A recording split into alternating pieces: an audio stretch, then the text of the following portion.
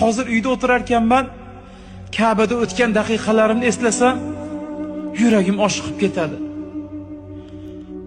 Farzandlarimga to'lib toshib gapirarkanman, ya Robbil alamin, so'zlarni oz gapirib qo'yyapmanmikin deb turib, o'zim xavotirga tushib qolaman. Ya Rob, Ka'bayni muhabbati shunchalikmi? Gittin günden beri yad eder sözler seni. Ruhum ardından gelir, daima izler seni. Sevenin yalnız kalır, her gece gözler seni. Hasretinle öldürürsün sen beni.